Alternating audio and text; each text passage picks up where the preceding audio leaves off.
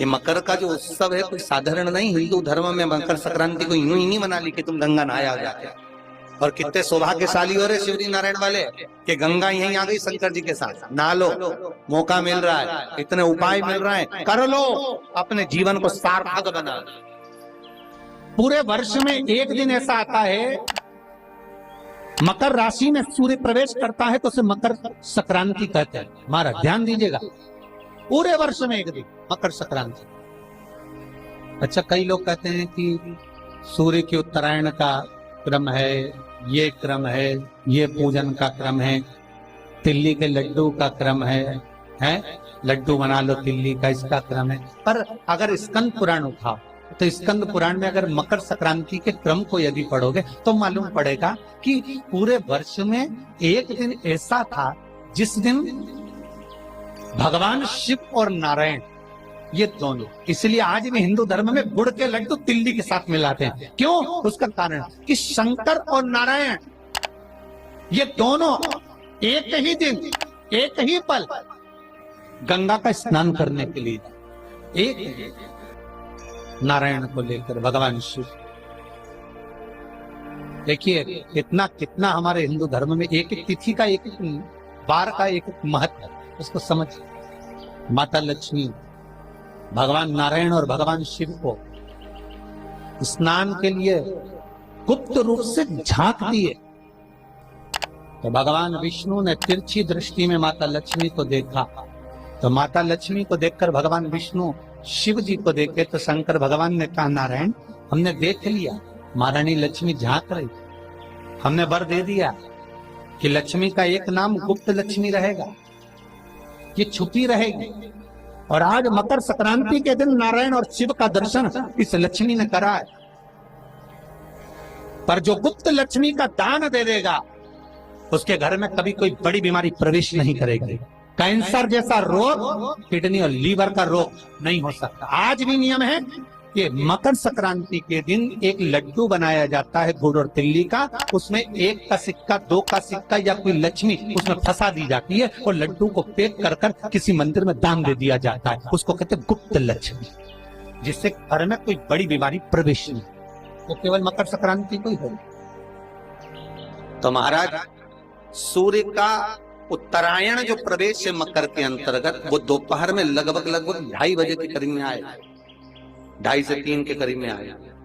आपको ऐसा लगे या किसी की तबीयत थोड़े दिन अच्छी हो रही है, फिर गिर रहा है, फिर अच्छी हो रही है, फिर बेकार हो रही है, फिर अच्छी हो रही है, फिर बेकार हो रही है, दवाई खा रहे हो नहीं लग रही, तो आप जब मकर राशि में सूर्य प्रवेश करे, कल मकर संक्रांति के दिन उत्तरायण जब सूर्य के भाव प्रवेश करे महाराज, दोपहर में 2:30-3 बजे के करीब में प्रवेश कर जाएगा, इतनी बजे। तो प्रयास करना, थोड़ी सी काली तिल्ली लेना महाराज जी, उसमें एक बमूल का कांटा लेना, काली तिल, बमूल का कांटा और किसी भी वृक्ष की 5 पत्तियां लेना महाराज। उसको लेकर औषधि ना लग रही हो, जिसका स्वास्थ्य गड़बड़ हो रहा महाराज, उसका स्पर्श कराकर या 21 बार उस पर से उतार कर, और उतारना क्या नाम लेकर है? अवधूतेश्वर महादेव। कौन सा महादेव है? जम के बोलो जरा, अवधूतेश्वर महादेव। शिव जी का एक अवतार हुआ था, अवधूत रूप शंकर का। शास्त्र कहता है कि अवधूतेश्वर महादेव का जो रूप है वो रोग का निवारण करने के लिए, बिना कोई कष्ट आपको लग रहा है तो अवधूतेश्वर महादेव का नाम लेकर काली तिल्ली, वृक्ष की पत्ती और एक बमूल का कांटा लेकर शरीर पर से उतार लो। उसको ले जाकर किसी भी चौराहे पर उसको पटक दीजिए। चौरस्ते पर नहीं डाल सकते तो बहते हुए पानी में डाल दीजिए, बहता हुआ पानी ना मिले तो पीपल के वृक्ष के नीचे डाल दीजिए, पर उसको मकर राशि के प्रविष्ट भाव में ही डालना। निवेदन एक और है, जिनके शरीर धूजता अर्थात हाथ पैर में कंपन उत्पन्न होता हो या हाथ पैर में कहीं कंपन का भाव लगता हो, ऐसा महसूस होता हो कि हाथ पैर धूजते हो, तो कल सूर्य को जब अर्घ दें तो उसमें काली मिर्ची पीस कर डालकर फिर सूर्य को अर्घ मारना।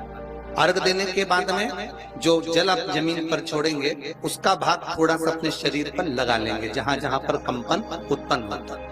या कोई डॉक्टर आपको बोल रहा है कि बाईपास करवाना पड़ेगा या कोई नस चोक हो गई हो, तो उस स्थान पर भी आप उस जगह पर भी उस जल को अवश्य लगाएं, काली मिर्ची का पिसा। कितनी प्रतीक्षा करते करते करते करते करते करते भीष्म पितामह उत्तरायण का इंतजार करते रहे, कितनी प्रतीक्षा करते रहे।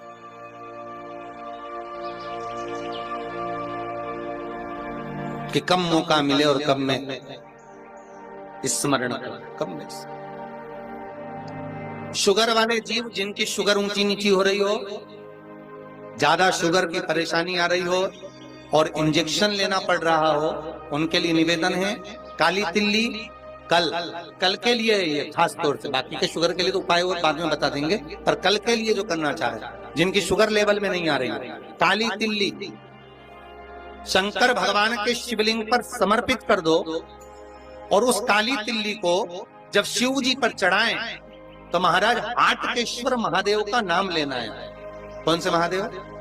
हाटकेश्वर महादेव का नाम लेना है और शंकर भगवान पर काली तिल्ली चढ़ाते जाना है। उसमें कंकर नहीं हो, सफेद तिल्ली का एक भी दाना नहीं हो, इसका ध्यान रखिए। उस काली तिल्ली को चढ़ा दीजिए।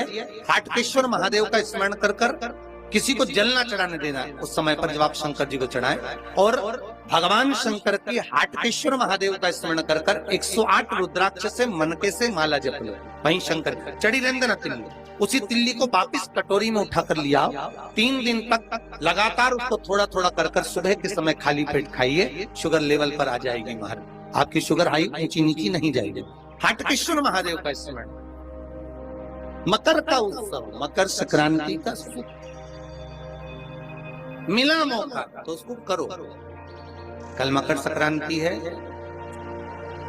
जिस समय पर कल सूर्य उत्तरायण आ जाए और पहले दिन उत्तरायण के दिन ही जब संध्या का समय होता है, शाम का समय होता है महाराज, संध्या का जो समय होता है शाम का, अगर कोई बच्चा पलंग पर बाथरूम करता हो, गंदगी करता हो, सारी औषधि कर ली, दवाई कर ली, और या बच्चा रात्रि को उठकर चिड़चिड़ करता हो या रोता हो रात भर महाराज, उसके लिए, या माता के स्तनों में बच्चे को पिलाने के लिए दूध ना आता हो उसके लिए, या बच्चा रुदन करता हो या बच्चा गंदगी करता हो उसके लिए, कल शाम के समय पर प्रथम दिन में जब भगवान उत्तरायण आ रहे हैं मकर राशि के अंतर्गत, तो शाम के समय पर मकर संक्रांति के दिन गुड़ को पानी में मिलाकर शिवजी पर लेपन कर दो, उसी हाथ को बच्चे को मंदिर के बाहर चटा दो महाराज, फिर वो पलंग पर कभी गंदगी नहीं करेगा महाराज। जिस नारी का स्तन में दूध नहीं आता हो बच्चों को पिलाने के लिए, उसको भी अगर चटा दिया जाए तो स्तन में दूध आना प्रारंभ हो जाएगा महाराज। जो बच्चा रात्रि को रोता हो, जाग जाता हो, उसको भी अगर वो हाथ चटा दिया जाए तो वो काम करता है। ये कल के दिन करके देखना, बाद में बताना जरूर।